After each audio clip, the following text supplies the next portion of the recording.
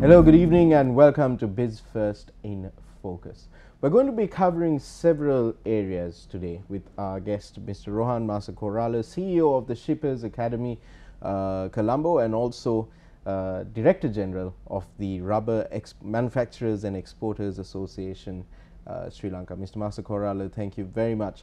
I'd like to cover, we'd like to go through a general economic overview, focused particularly on the rubber sector as well, in your capacity as the Director General of the Association, and also I want to look at the Enterprise Sri Lanka program in the latter stages of our show. But let's start with one of the most shocking news items, let's say, that came over the past week, which was the Moody's downgrade of Sri Lanka to B1 negative, with a negative outlook. We have been put in the same sort of class there, along with Turkey, I believe Afghanistan and Kazakhstan. And something that has been mentioned in the Moody's report is that we are especially vulnerable to rate hikes by the US Fed, and also vulnerable to dollar appreciation. Now, we've been hearing a lot in the international news media about Turkey's economic woes and about Turkey apparently being on the brink of bankruptcy. Is Sri Lanka on the brink of bankruptcy? Well, I wouldn't say Sri Lanka is in the brink of bankruptcy, but Sri Lankan economic conditions are not very bright, and obviously that's what Moody's have pointed out. And these are due to, probably in my opinion, for years we have mismanaged fundamentals of this country. I come from the export background. You know what exports have been for years compared to Asian giants who have leaped forward in terms of exports, whereas we were struggling to get export figures out into big numbers. We've been continuously relying on few items and depending on the apparel sector. But I do personally worry with the US economic growth. The strengthening of the US economy will have a lot of implications to even a small economy like ours, because you can see it's happening to some of the bigger economies also, the impact of dollars flying out, and creating uncertainties for the rest of the world. And of course, President Trump's America First is also giving very many mixed signals to various economies in Asia, which can have a ripple effect to our country as well. And we have created our own problems, which is the debt issue, which we all know, and we are finding it difficult to pay this debt because we are not having enough economic growth. We don't have enough foreign direct investment coming into this country. We do have a lack of dollars in the system. So we need to manage this very, very seriously, and it will take some time for us to really put things right back into some stable situation. The growth forecast for this year has been downgraded already to 4%, if I'm not mistaken. You say that it's going to take some time for corrections to be made. How much time? And given the political instability that some political pundits are foreseeing with the elections on the horizon, do you think it's possible that this economic corrections can be made in the next couple of years? I think we should target the next couple of years. I think next 1.5 years some fundamentals have to be put further in the correct directions. The policy reforms that were announced in the last budget are still coming out slowly.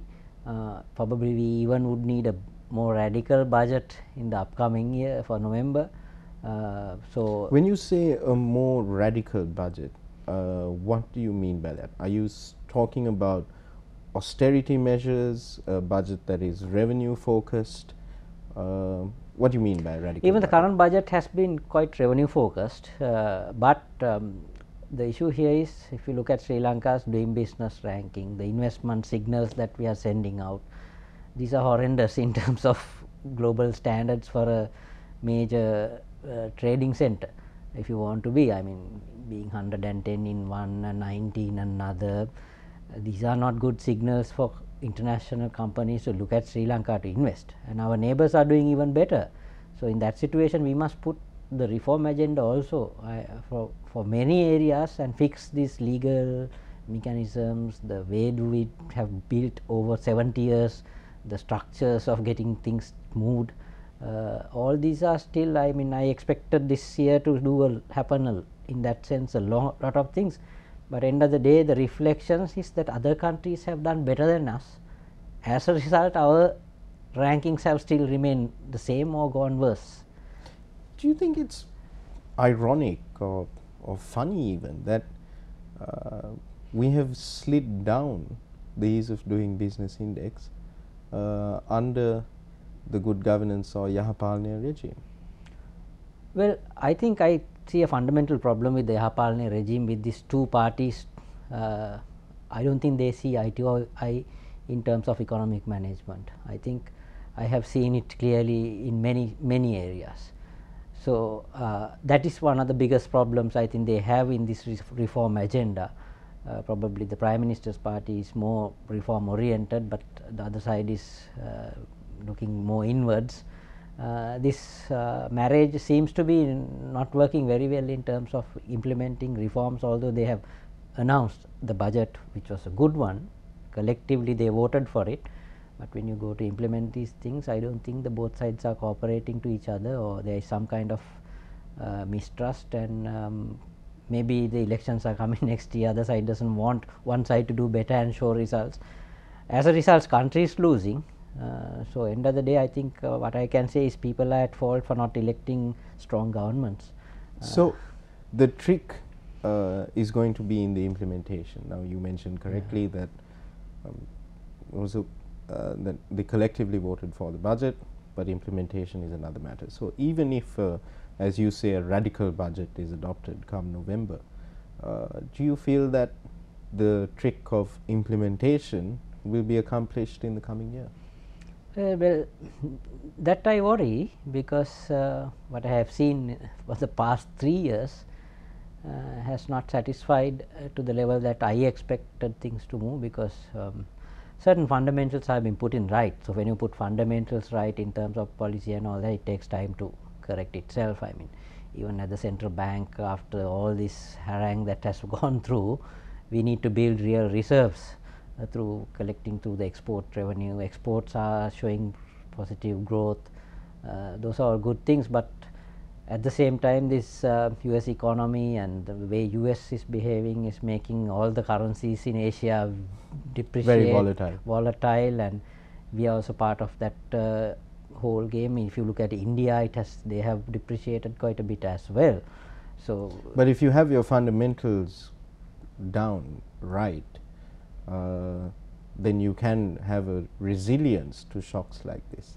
You can. And that's not. We have never been prepared for that, for external shocks to be absorbed so easily, and because of mismanagement. Basically the problem. Yeah, it has been mismanagement. After Mr. Masakora, we have to go in for a short commercial break, but there you have it. It's at the end of the day, it all just comes down to mismanagement and bad fundamentals.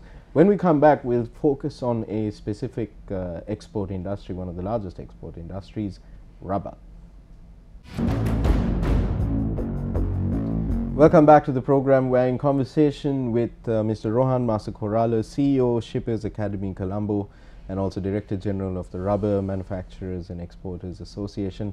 Mr. Masakorala, we were talking about the negative outlook that has been given in terms of the economy by ratings agencies. Now, one reason for this negative outlook, one could say, is poor export performance. You are here today also representing one of the biggest export industries in the country, rubber.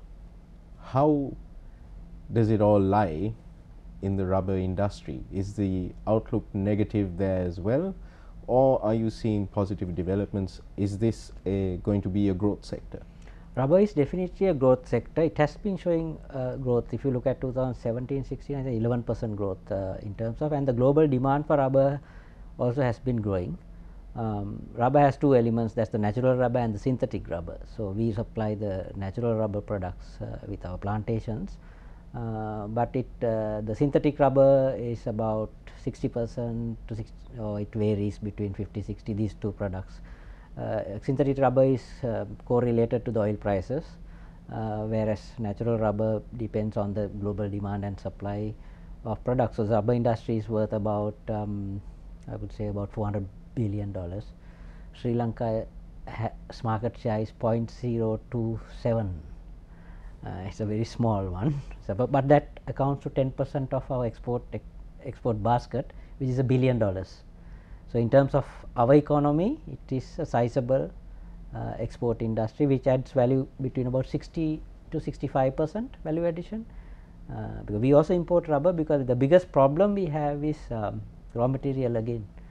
The natural rubber production is about 80 to 85,000 metric tons for a year at the moment, and it's been coming down actually, whereas the need is about 130 to 140. So we import rubber to do products.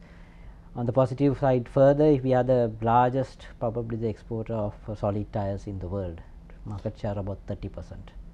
It brings about $650 million. Then of course the gloves, household rubber gloves, brings about the $200+ million. Then other small products are also counted. So it's $1 billion industry which amounts to 200,000 people waiting on the supply chain connected. You mentioned that there is one of the problems is raw materials, and that because we are unable to meet the need with local rubber production, that we're actually importing rubber. Is there potential? Now we hear that a replanting program is underway, or is going to get underway. New rubber cultivation areas have been identified. Is there potential for us to cut down on the import of rubber for the local industry? Definitely, because a year back the rubber master plan until 2045 was inaugurated by the President and the Prime Minister, which the industry was part and parcel of it. Some of the key elements of it is the yield, expansion of rubber farming, and also nurseries, and getting people to do more planting on rubber. The thing is, sometimes the world market prices, we are dependent on world market prices. One time they used to get about 500 rupees for a rubber, but now today it's 240, 270 range. So when it comes down, the tappers, there is a problem that tappers don't get attracted to it. So you need to maintain some kind of a support service or a support from government to encourage them. So we need to adjust to market conditions. But yes, we need to expand rubber production. So under the master plan, we have not only identified the wet zone now, because the Rubber Research Institute has developed new varieties of rubber, so which can bring in higher yield at lower rainfall areas also. So it has gone on to that level of development. So they are targeting even in the south, east, north, even in places like Vaunia, they are looking at putting potential rubber cultivation.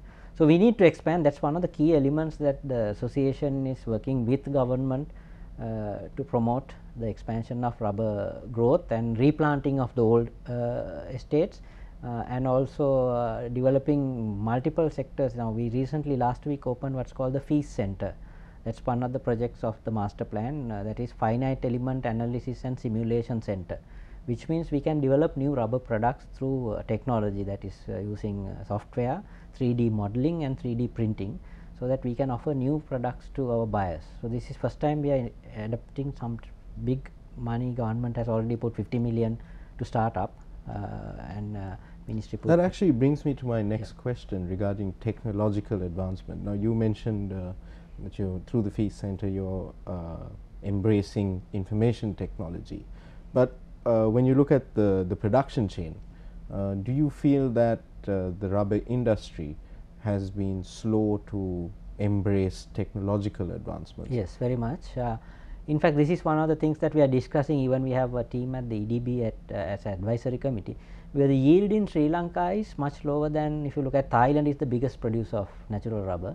And so is the difference it's in about production like technology? 60% we achieve, whereas if they get about 1,400 per hectare, we get about 800. So there's a difference in the technology that is being used. Technology also, sometimes the weather patterns, the areas you grow, all those things, there are multiple factors that the yield is different. So we have now on this rubber master plan, these things are identified to be developed, and there's a rubber secretariat recently opened. So there has been a lot of focus on the area. Must still give the credit to the Ministry of Plantations for that. Before we go in for a short commercial break, just one final question on rubber. You said 10% of the export basket is currently rubber.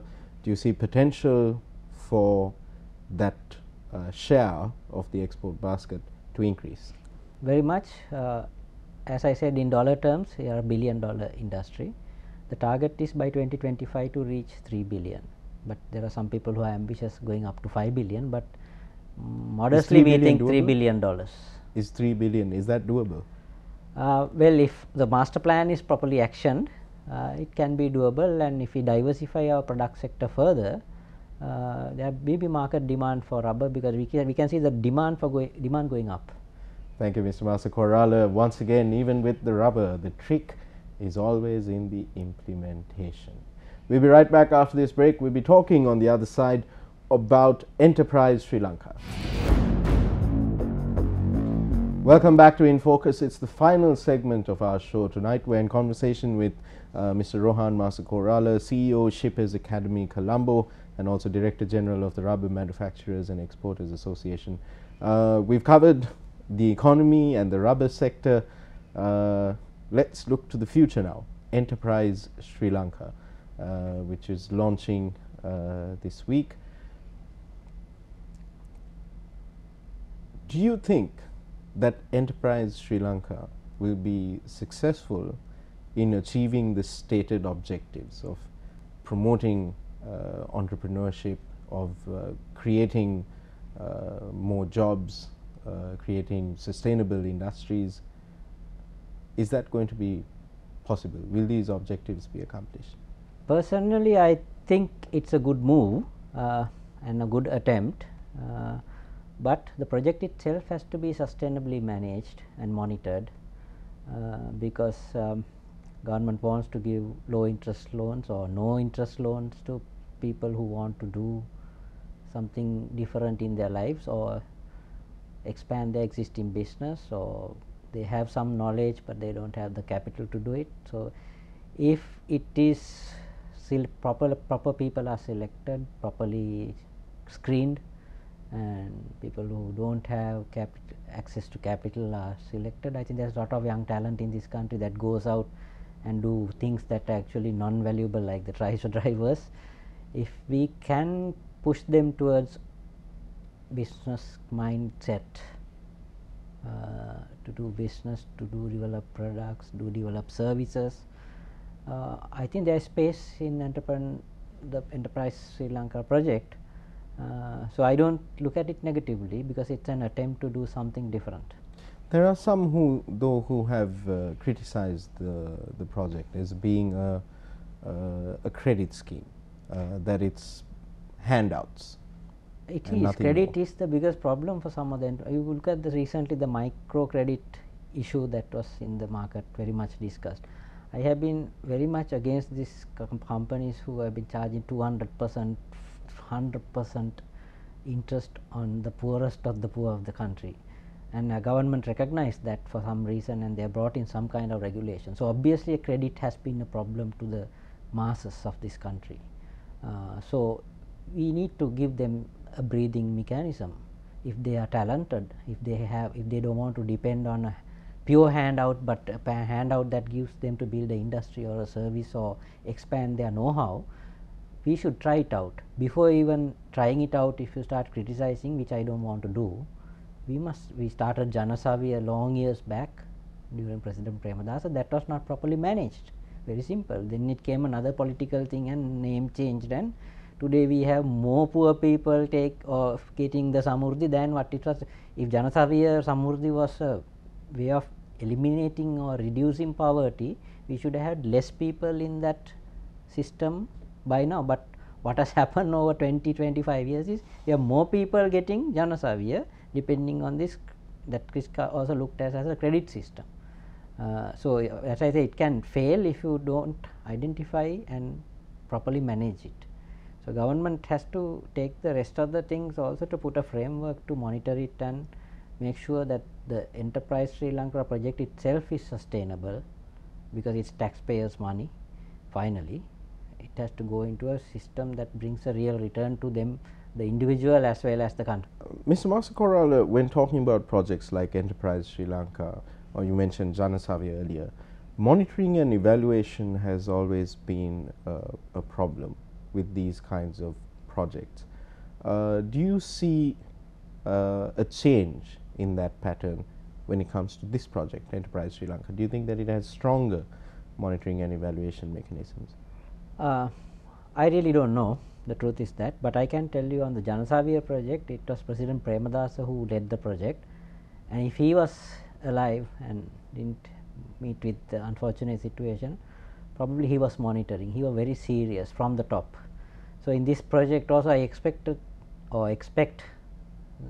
Finance Minister, who has taken a lead role, the Finance Ministry, to have proper mechanisms and follow up what happens to the every loan that goes in of the public money to the people who are needing that money, and manage it properly, so that you don't just make it, as you said at the beginning, just a credit program that will not bring in the results that we require, that is new thinking, new production, new services that will bring economic independence to individuals, and that will make a culture that believes in industrialization and production.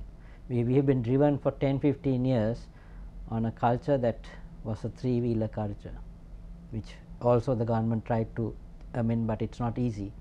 So changing this kind of mindsets of people is a challenging task to anybody, whether the current government or a future government, once you have set up that kind of an environment.